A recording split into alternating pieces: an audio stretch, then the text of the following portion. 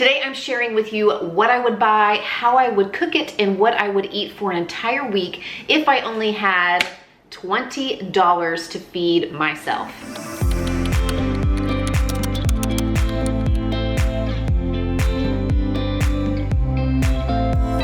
This is just what I would do for myself. If you want to make adjustments, if you want to make it dairy-free, if you want to make it gluten-free, if you are just looking for 1 or 2 recipes that you can use in your week, then by all means, I hope that I give you some ideas here.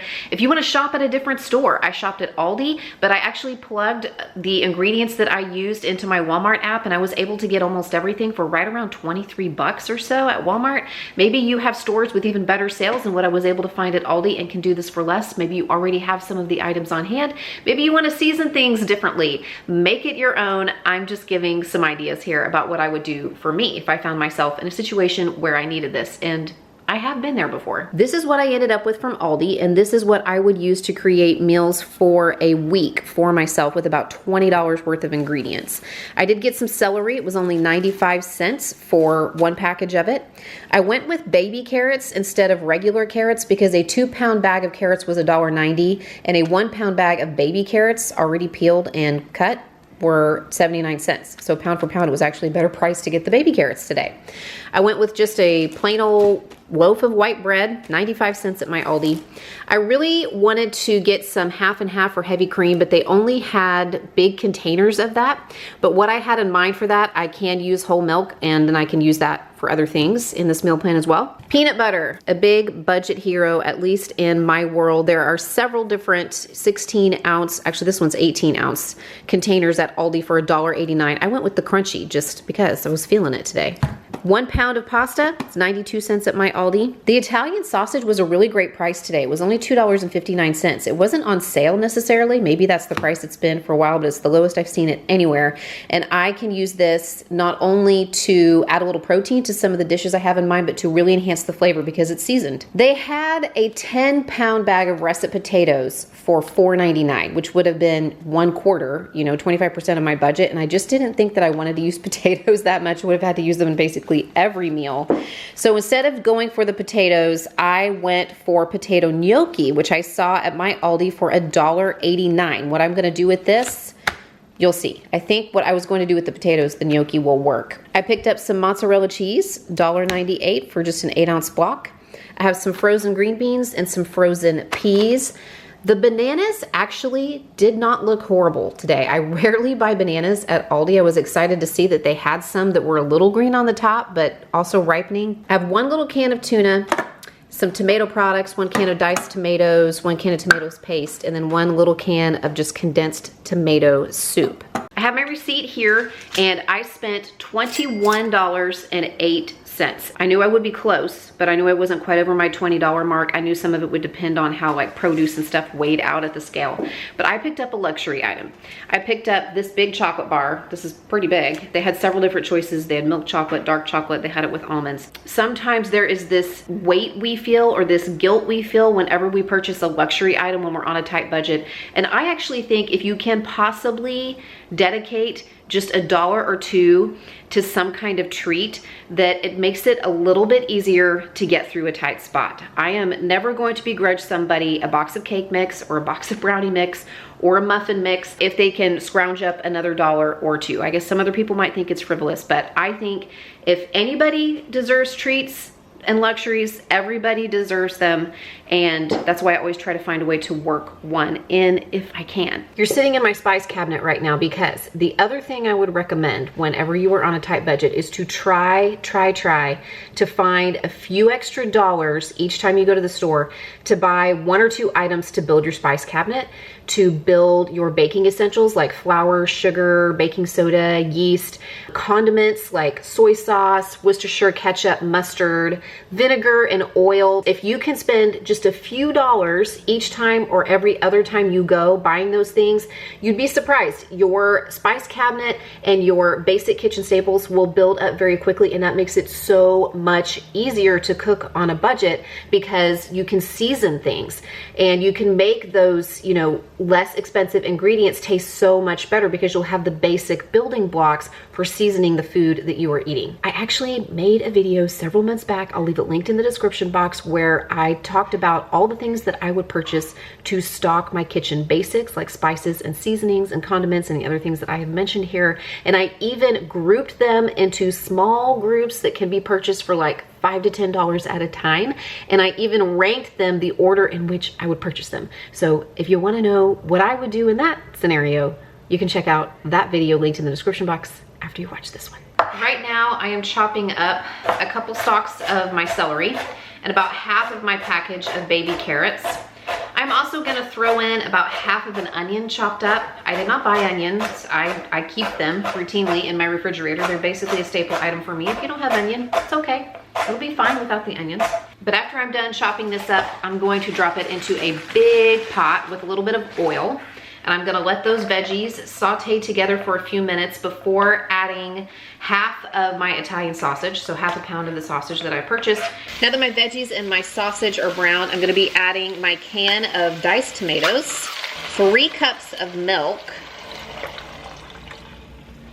plus 1 to 2 cups of milk. It depends on how brothy you like your soup. If you like it thicker like a chowder, I would just do 1 cup of water. If you like it thinner and more broth based, I would do 2. I'm gonna season this with some salt and pepper and a little bit of Italian seasoning. If you don't have Italian seasoning, that's fine. You can just use salt and pepper.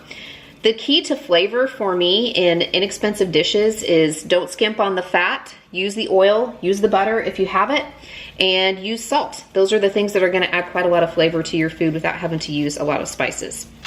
I wanna bring this up to a simmer and simmer it on low, covered for about 30 minutes or so that those veggies can continue to get tender and so that the flavors all kind of mingle together to make a really flavorful soup. But we're not done yet, so just wait. Now I know serving size is relative, but for me, this would make 5 to 6 generous servings of soup. And that is something I could eat for lunch or for dinner. I'm not really labeling which meals you have to eat for lunch or dinner. I'm just throwing out some options that I would probably use either or, and that make multiple servings. So I could make one dish one night and make another dish the next night and then eat leftovers throughout the week. I'm just trying to, throw out lots of different options that could be used either for lunch or for dinner. Now that my soup has simmered long enough, I'm finishing this off by adding my package of gnocchi. This is about a pound. Did you know that gnocchi has 7 grams of protein per serving, at least according to this package, and this is 3.5 servings, so I'm adding like 25 grams of protein to this soup right now. And I'm going to bring that up to a boil. I want the gnocchi to cook for about 5 minutes or so. It doesn't take very long for gnocchi to cook at all, and then this will be ready to serve. You can top it with a little bit of shredded mozzarella cheese to finish it off. Okay, this soup turned out so good. It is so fantastic. It's really flavorful. It's gonna be very filling with the gnocchi in there. Really good. Highly recommend.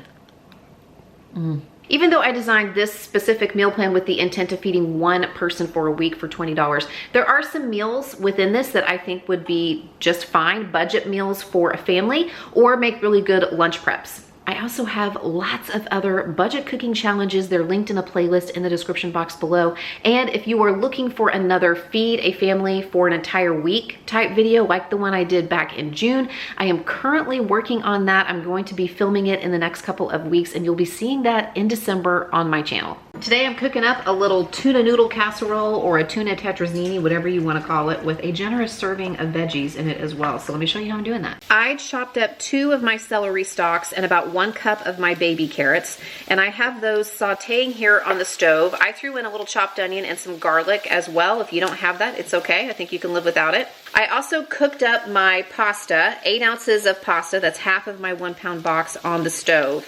And I drained that and I saved a little bit of the starchy pasta water. In fact, I am sauteing my veggies in 3 tablespoons of butter.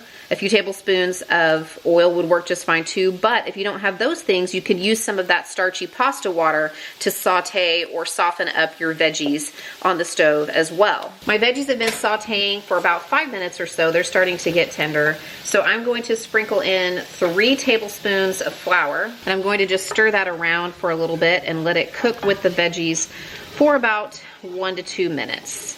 Now I am stirring in 1.5 cups of milk.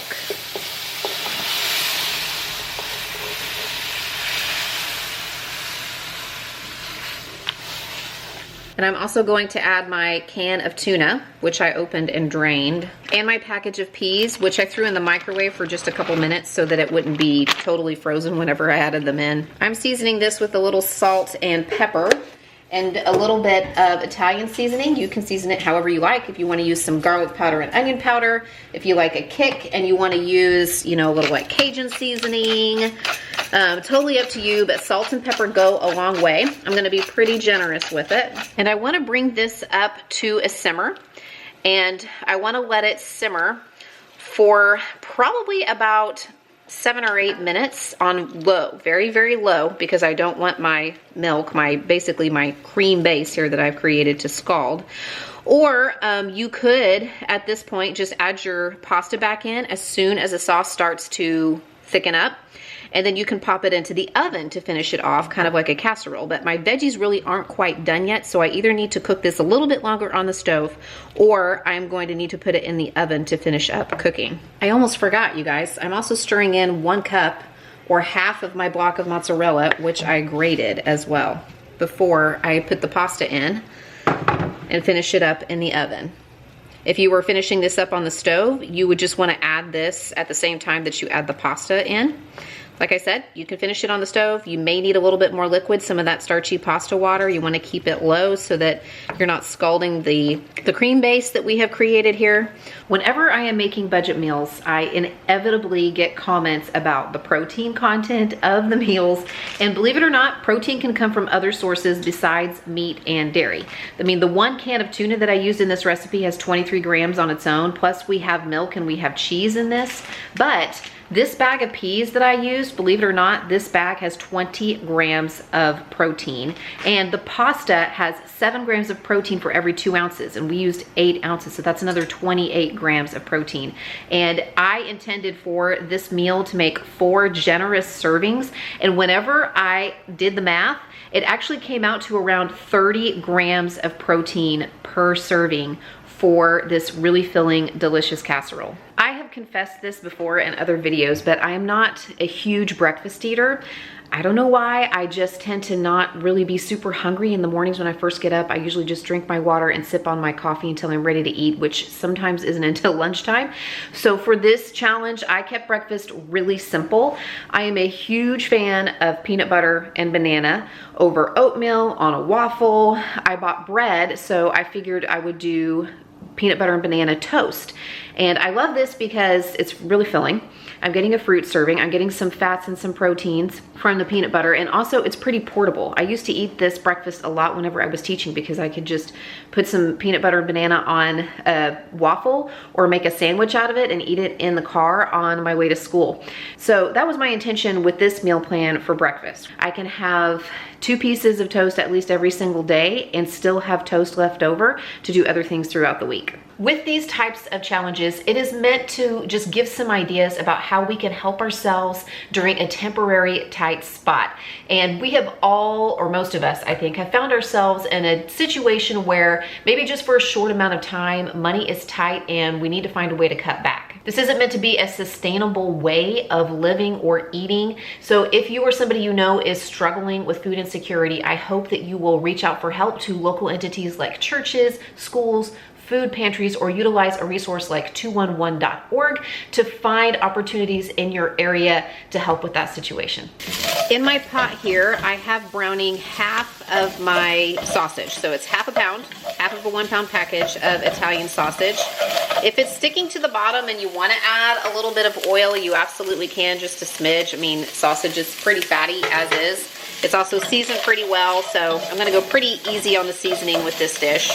Once that is cooked through, I am adding in my can of tomato paste, my 6 ounce can of tomato paste, plus 1 can's worth of water.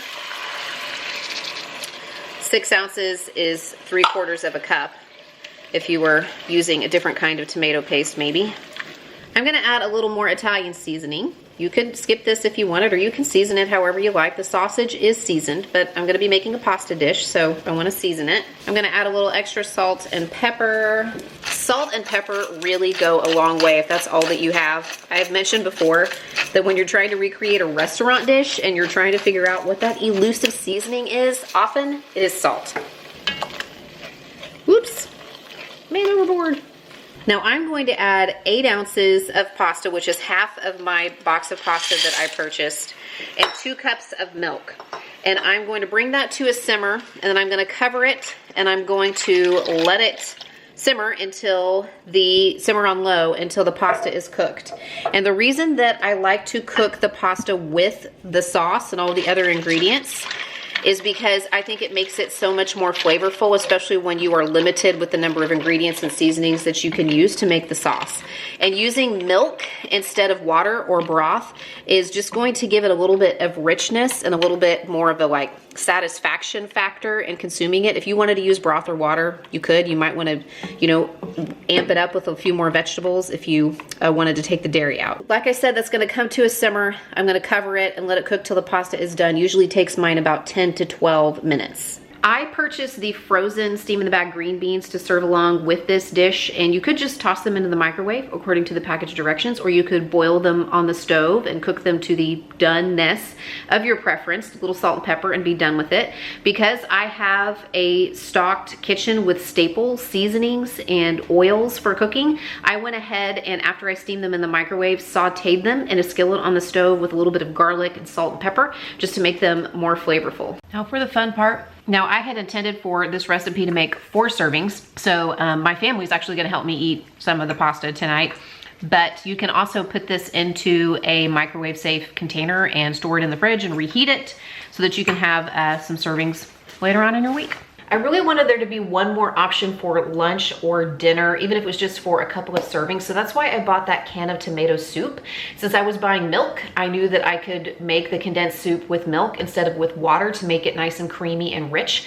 I added a little bit of red pepper flake. I wish I had some Parmesan packets. I didn't have any, so I didn't use any of that, but that would be good in this as well. You can season it however you want. A little Italian seasoning, even just a little bit of extra salt and pepper if you wanted to season it more, or just make it with the canned soup and the milk. To go along with that, I made a grilled cheese sandwich using my bread, and I shredded up the rest of my mozzarella cheese, and I did something a little bit extra. I made the grilled cheese sandwich and then I chopped it into little pieces, sliced it up into little pieces, and I threw those pieces back into the skillet to toast a little bit longer so I could have sort of like a grilled cheese crouton to go along with the tomato soup. This was absolutely delicious, and actually my family came home and finished up the bowl of soup that I had made and the leftover soup, which I had intended to use for one more serving of this meal, so I could actually make this meal twice. Seriously, you have not had tomato soup until you have had it with grilled cheese croutons. So good. This is actually one of the reasons I went ahead and picked up the celery, even though I'm really using it to season some of my other dishes. I knew I would have enough left over and plenty of peanut butter to channel my inner kindergartner and have peanut butter and celery for a snack. Yum. Thank you so much for watching. If you want some more budget cooking inspiration, check out one of these videos, and I'll see you there.